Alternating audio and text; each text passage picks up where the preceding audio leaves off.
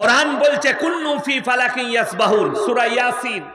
নভমণ্ডলে যা আছে তারা যেন নিজের নিজের কক্ষপথে রাস্তায় চলমান, তারা চলছে নিজের নিজের রাস্তায়। আর বিজ্ঞান লিখেছে পৃথিবীটা ঘুরছে, বাকি সব নিজের জায়গায় দাঁড়িয়ে আছে। চন্দ্র, সূর্য, গ্রহ, তারা, নক্ষত্র, মঙ্গল, প্লুটো, বুধ, এরা নিজের জায়গায় দাঁড়িয়ে আছে, বাকি সব ঘুরছে। পৃথিবীটা ঘুরছে, এরা নিজের জায়গায় দাঁড়িয়ে আছে।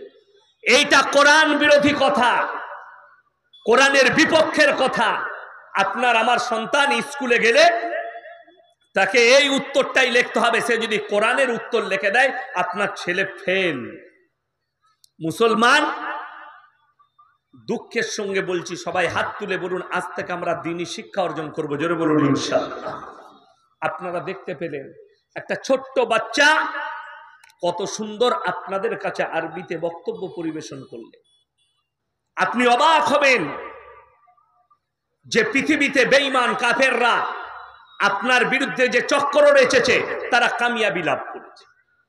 আপনার ছেলে স্কুলে যায়, সমস্ত কিছু মিথ্যা গল্প তাকে লিখতে হয়।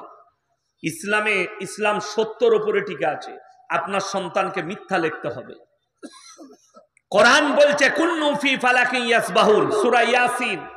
নভমণ্ডলে যা আছে তারা যেন নিজের নিজের কক্ষপথে রাস্তায় চলমান, তারা চলছে নিজের নিজের রাস্তায়। আর বিজ্ঞান লিখেছে পৃথিবীটা ঘুরছে, বাকি সব নিজের জায়গায় দাঁড়িয়ে আছে। চন্দ্র, সূর্য, গ্রহ, তারা, নক্ষত্র, মঙ্গল, প্লুটো, বুধ, এরা নিজের জায়গায় দাঁড়িয়ে আছে, বাকি সব ঘুরছে। পৃথিবীটা ঘুরছে, এরা নিজের জায়গায় দাঁড়িয়ে আছে। এইটা কোরআন বিরোধী কথা, কোরআনের বিপক্ষের কথা। আপনার আমার সন্তান স্কুলে গেলে তাকে এই উত্তরটাই লিখতে হবে। সে যদি কোরআনের উত্তর লিখে দেয়, আপনার ছেলে ফেল। যদি বলেন দলিল কিছু আছে, আমি এত মারাত্মক দলিল দেব তোমার বাপ দাদর মাস্টারও কাটতে পারবে না। আমরা দেখেছি চন্দ্রগ্রহণ, সূর্যগ্রহণ। দেখেছেন না দেখেননি? চন্দ্রগ্রহণ হয়, সূর্যগ্রহণ, বৈজ্ঞানিকরা বলছে। সাপোজ উদাহরণ দিচ্ছি, স্টেজে আমরা প্রথম সারিতে 4 জন বসে আছি। এই স্টেজ যদি ঘুরে আর আমরা যদি নিজের জায়গায় বসে থাকি, আমাদের দিক পরিবর্তন হবে, স্থানকারও পরিবর্তন হবে। কথা বলে, স্থান মানে হচ্ছে জায়গা। আমি এই চেয়ারে আছি, ঘুরে গেলে আমি ওই চেয়ারে চলে যাব, এরকম হবে কি? নিজের জায়গায় বসে থাকলে আমরা স্টপ থাকবো, জায়গা আমার ঠিক থাকবে, দিক পরিবর্তন হবে। কোরআন খুলে এত সুন্দর দলিল কোরআন আল্লাহ দিয়েছে। আল্লাহর নবীকে বেঈমান কাফেররা প্রশ্ন ছুড়েছে, ইয়াসআলু আইয়ানা ইয়াউমুল কিয়ামাহ, হে নবী কিয়ামতটা কবে হবে আপনি বর্ণনা দেন। মানুষকে আপনি ভীত কঙ্কিত করছেন, কিয়ামত কবে হবে মানুষকে বর্ণনা দিচ্ছেন, তারিখটা বলে দেন। এইখানে একটা কথা বলি, কিয়ামত কবে হবে কে জানেন? কথা বলে আল্লাহ। গত 2 বছর আগে রমজান মাসে বাংলাদেশ থেকে একটা প্রচার হয়েছিল। 15ই রমজান শুক্রবার হুজুর বায়ান করছে বাংলাদেশের, 15ই রমজান শুক্রবার। আর আল্লাহর নবীর হাদিসের সঙ্গে মিলে গেছে, আর এই দিনই দুনিয়াটা ধ্বংস হবে। বাবাজিরা, গোটা ভারত থেকে বাংলাদেশ তোলপা।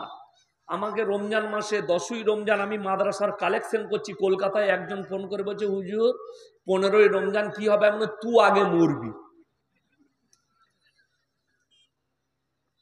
আল্লাহ আকবার।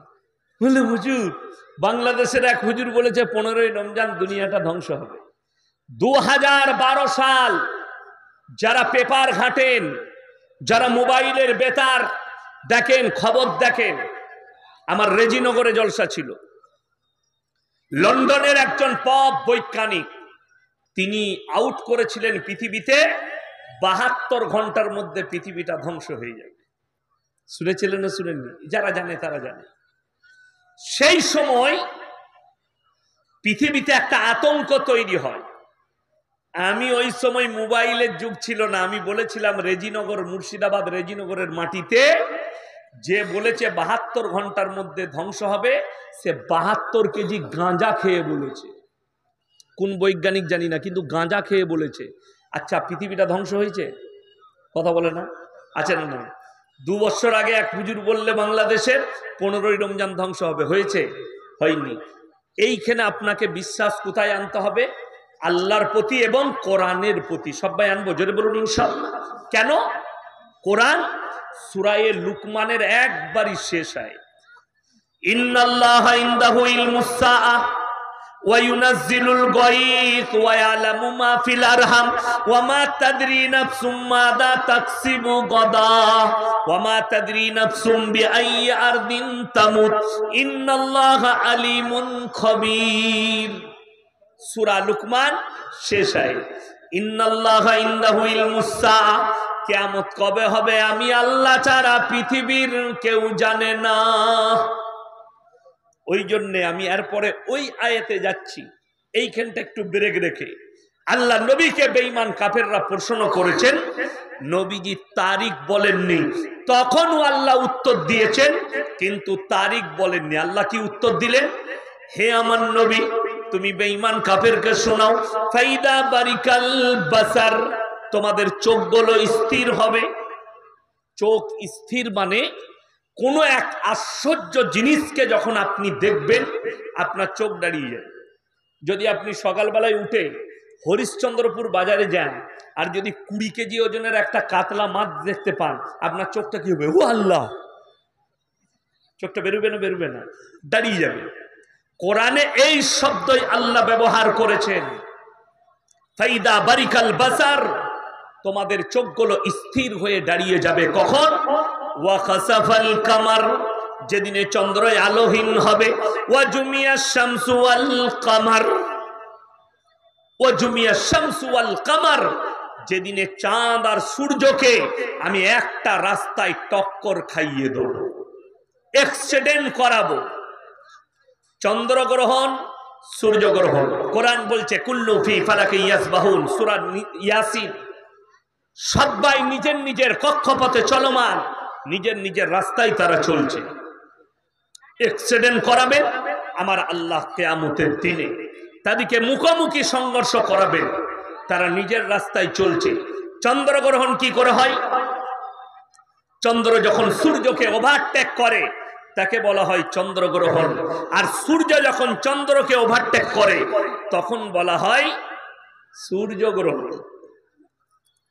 উদাহরণস্বরূপ বলে দিই, এই যে রোডটা দেখছেন হাই রোড, এখানে দুটো গাড়ি যাচ্ছে, একটা গাড়ি দাঁড়িয়ে আছে, তার পাশে যখন ওভারটেক করবে, ওপারে যে ছায়াটা পড়ছে, ছায়াটা কার পড়বে? এই গাড়ির না, যেটা ওভারটেক করছে তার।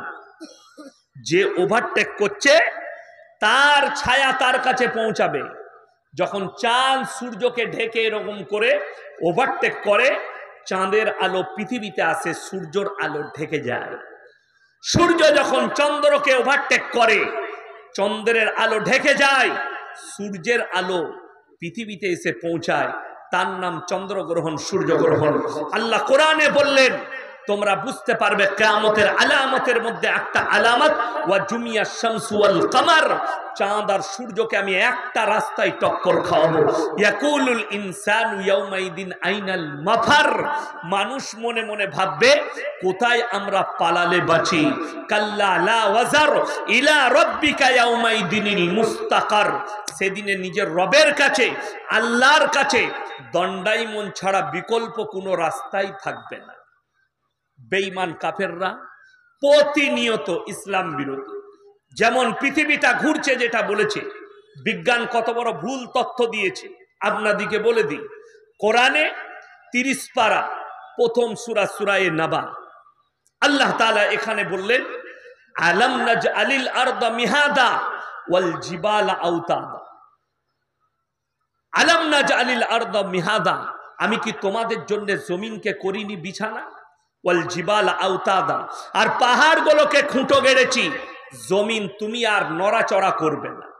আমরা তফসির আর হাদিসের ব্যাখ্যার মাধ্যম দিয়ে বুঝতে পাই, গবেষণা করে দেখতে পাই, আল্লাহ তাআলা এই দুনিয়াতে 1 ভাগ স্তর রেখেছেন আর 3 ভাগ পানি। এই জমিনকে সৃষ্টি করার পরে এই জমিন চারিদিকে ভেসে বেড়ায়। আল্লাহ কোরআনে বললেন, আমি খুঁটো গাড়লাম পাহাড়গুলোকে, ওয়াল জিবাল আওতাদা, যাতে জমিন তুমি আর নড়াচড়া না করো। জোরে বলুন সুবহানাল্লাহ। বিজ্ঞান তার উল্টো বলেছে। কেন? তাদের মিশন, ইহুদি নাসারা বেঈমান কাফের, তাদের মিশন হচ্ছে ইসলামকে দুনিয়া থেকে বিনাশ করা, ধূলিসাৎ করা তাদের মিশন। আসামের মুখ্যমন্ত্রী মিডিয়ার সামনে ডাইরেক্ট বলছে, इस्लाम मिट जानी चाहिए, इस्लाम को मिटा दूंगा, दुनिया से मिट जानी चाहिए। बड़ी दुख की बात है। आप तो बड़ी दूर की बात, जरा इतिहास उठाकर देख लो, फिरौन आया था मूसा को मिटाने, खुद मिट गए। नमरूद आया था इब्राहिम को जलाने, खुद खत्म हो गए। আমার নবী জনাবে মুহাম্মদুর রাসূলুল্লাহ, সকলে বলুন সাল্লাল্লাহু আলাইহি সাল্লাম, তিনি কাবা ঘরের মধ্যে কোরআন পড়ছেন। বেঈমান কাফেররা কাবা ঘরের বাইরে তাবলীগ শুরু করেছে, কাফের বেঈমান মুনাফিকরা। কি তাবলীগ? কোরআন আয়াত অবতীর্ণ হলো নবীজির কাছে। কখন? বেঈমান কাফেররা যখন বাইরে তাবলীগ করতে লেগেছে, আল্লাহর নবীর কাছে আয়াত অবতীর্ণ হলো। কি এলো? ওয়াকালাল্লাযীনা কাফারু লা তাসমাউ লিহাযাল কুরআন ওয়ালগাউ ফীহি লাআল্লাকুম তাগলিবুন। হে আমার নবী, বেঈমান কাফেররা তাবলীগ করছে, নবী যে কোরআন আবৃত্তি করেন সেই কোরআন তোমরা শ্রবণ করো না, হাততালি মারো আর কানেতে আঙ্গুল দাও। হাততালি মারো আর কানেতে আঙ্গুল দাও। তাদের যে কোরআন তারা শ্রবণ করছে নবী, সেই কোরআন তোমরা শ্রবণ করো না। আল্লাহর কসম, আজকে পৃথিবীতে 250 কোটি মুসলমান, ইসলামকে তারপরও রুকা যায়নি। আর এরা বলছে দুদিনে রাজত্ব পেয়ে বলছে হাম ইসলাম কো মিটা দেंगे। আজকে ভারতের অবস্থা বড় নাজুক। কেন জানেন? আপনি খালি ইমানের উপরে টিকেন নি বলে, আপনার কাছে দ্বীনি শিক্ষা নেই বলে। আজকে জানেন, ইসলামকে, কোরআনকে, এই দাড়ি টুপিকে, মাদ্রাসা মসজিদকে সব থেকে বেশি গালি কে দিচ্ছে? মুসলিম ঘরের ছেলেরা। যদি বলেন প্রমাণ দেন, নাম্বার 1, তসলিমা নাসরিন কোন হিন্দু ঘরে জন্ম নেয়নি, মুসলিম ঘরে জন্ম নিয়েছে। প্রতিনিয়ত গালি, নবীজির উপরে তহমত লাগিয়েছে। আজকে বলুন, আপনার কাছে দ্বীনি শিক্ষা না থাকার কারণে, এডুকেশন না থাকার কারণে একটা বেঈমান কাফের রসুলের বিরুদ্ধে কথা বলছে, আপনার উত্তর দিবার ক্ষমতা নেই। আমি তো বলেছি, अरे हिंदुस्तान के कुत्ते मीडिया वालों, बिकने वाले मौलवी को मत बैठाओ। अगर हिम्मत है तो हम लोग जैसा बाप के बेटा मौलवी से एक मर्तबा बैठ के दिखाओ, हम छट्टे के दूध याद दिला देंगे इंशाल्लाह। तुम किसको बुला रहे हो? जो बिकने वाला मौलवी है उसको बुला रहे हो, जो इस्लाम के बारे में उसको मालूम नहीं है, हदीस और कुरान के बारे में मालूम नहीं है। आज के नबीजिर ऊपर तहमत লাগছে। আল্লাহ নবী বিবি আয়েশাকে 6 বছর বয়সে নিকাহ করেছেন। বলে না বেঈমান কাফেররা নবীজির জন্য। আরে নাজিয়া ইলাহি খান, এটাও মুসলিম ঘরের মেয়ে, কলকাতায় থাকে, কোন এক পার্টির পাট্টা লাগিয়েছে। আমি কালকের জলসায় বলেছি, কুত্তা 2 টাইম ভোগতা है, কুকুর 2টো সময় চিল্লায়। एक तो जब कुत्ता पागल हो जाता है तब भौंकना शुरू करता है, दूसरा उसका मालिक जब पीछे खड़ा होता है तब भौंकता है। যদি বলেন एग्जाम्पल, আপনি যান দিল্লি, বোম্বাই, কলকাতায় যান, সকালবেলায় ধর্মতলায় কিংবা গঙ্গার ধারে যারা কোটিপতি লোক, তারা কুকুরের বেলটা ধরে আছে, কুকুরের গলায়। ও লোক দেখলি করে না, ও জানে তো মালিক আমাকে ধরে আছে, ও মারতে পারবে না। আর যদি গলায় পট্টি না থাকে, মোটি হারাম করে চিল্লাবে না, জানছে আমাকে বাড়ি মারবে। ঠিক বললাম না ভুল বললাম? তো कुत्ता 2 टाइम भोंकता है, एक तो तेरा मालिक पीछे खड़ा है तब भोंकता है, और दूसरी जब वो पागल हो जाता है तब भोंकता है। अल्लाह नबी सल्लल्लाहु अलैहि वसल्लमेर बिये বলছে 6 বছর বয়সে মা আয়েশা সিদ্দিকা রাদিয়াল্লাহু তাআলা আনহাকে বিবাহ করেছেন এবং 9 বছর বয়সে তিনি কি শুরু করেছেন? 9 বছর বয়সে তিনি শুরু করেছেন সংসার। আপনাদেরকে তথ্য দিয়ে যাচ্ছি, আপনারা এই তথ্যটা শোনাবেন। যদি কোনো অমুসলিম ভাই যারা ফেসবুক, ইউটিউব আর টুইটারে আমার জলসা শুনেন, 1 লাখের বেশি জলসা ছুটছে, আমি কোনো ধর্মের বিরুদ্ধে গাল দিইনি আর কোনো দেব দেবীকেও গালি দেইনি। হে মুসলমান, আল্লাহ কোরআনে বলেছেন তোমরা কারো দেব দেবীকে গালি দিও না, কারো ধর্মকে গালি দিও না। সে তোমার আল্লাহকে গালি দিবে, আল্লাহ নিজে নিষেধ করেছে। তবে তুমি তারটাকে নিজের মনে করো না, নিজের ধর্ম থেকে তুমি সরে যেও না। কোরআনে আছে লা ইলাহা উলাই ওয়া লা ইলাহা উলা, তোমরা দুটো নৌকায় পা দিও না। আজকে মুসলমান দুটো নৌকায় পা দিচ্ছে। যদি বলেন কেমন করে, আপনাকে দেখাবো। মুসলমানের দুটো নৌকায় পা দিয়া কাকে বলে? আমার বর্ধমান জেলায় চলুন, টাউনের কথা। টাউন থেকে আমার বাড়ি খুব কাছে, দিল্লি রোডের ওপরে বাড়ি আমার।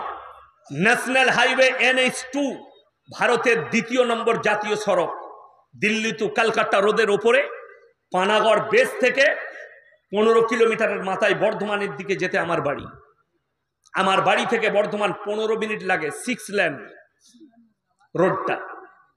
এই বর্ধমান টাউনে মুসলিমদের যুবকরা ফ্রি মদ পাবে বলে দুর্গা উৎসবে দুর্গা ঠাকুর ভাসাতে যাচ্ছে, মদটা খালি ফ্রি পাবে বলে। আপনি অবাক হবেন, মালদা টাউনে নেই? আছে, মদ খাওয়ার পার্টি গাদা আলাদা আছে। শান্তিনিকেতন বোলপুর, যেখানে কবিগুরু রবীন্দ্রনাথ ঠাকুরের বাড়ি, জায়গাটার নাম প্রান্তিক। আপনি যদি বোলপুরের ওপর দিয়ে কলকাতা যান বর্ধমান হয়ে, মালদায় চেপে হরিশ্চন্দ্রপুরে চেপে, তো একটা স্টেশন পড়বে, সেটার নাম হচ্ছে প্রান্তিক, বোলপুরের আগে। যদিও সব গাড়ি দাঁড়ায় না, সব বড় লোকদের বাস, মন্ত্রী, IPS, MLA বহু জনা বাড়ি করেছে ওখানে, বাংলো। ওই জায়গায় হোলির দিনে 70% অমুসলিম ভাই, 30% মুসলিম যুবক যুবতী শিক্ষিতরা থাকে, হোলি খেলে। কেন?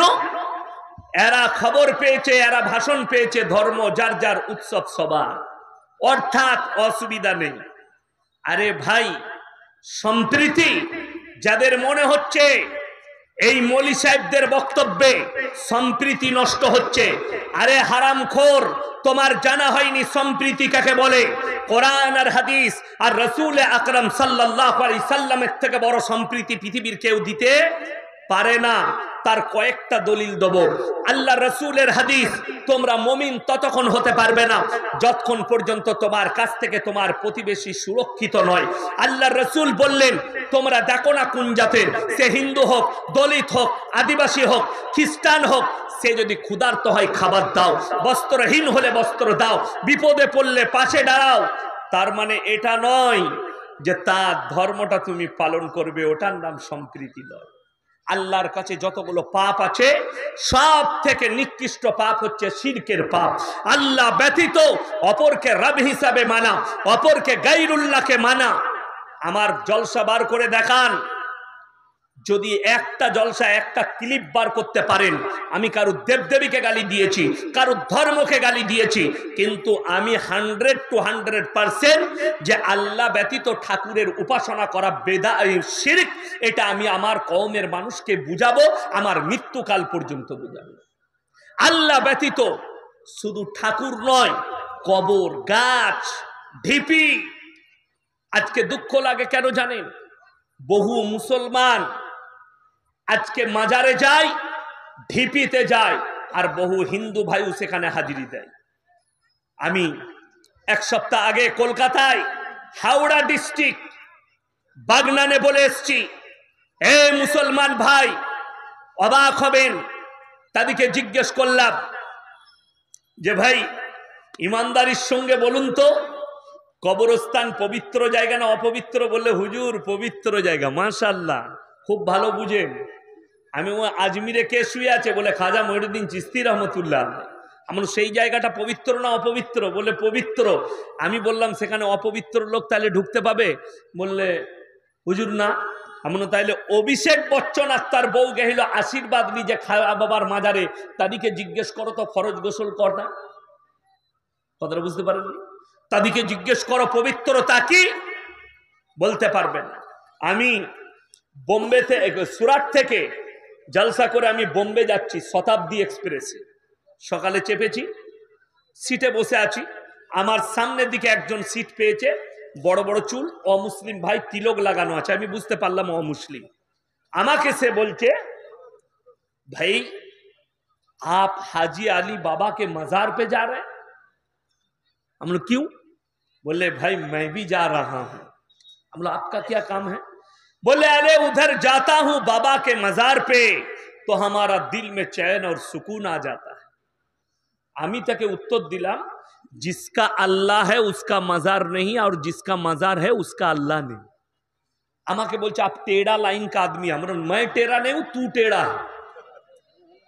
पहले ये बताओ तुम अपने भगवान पे विश्वास करते हो कि बाबा पे?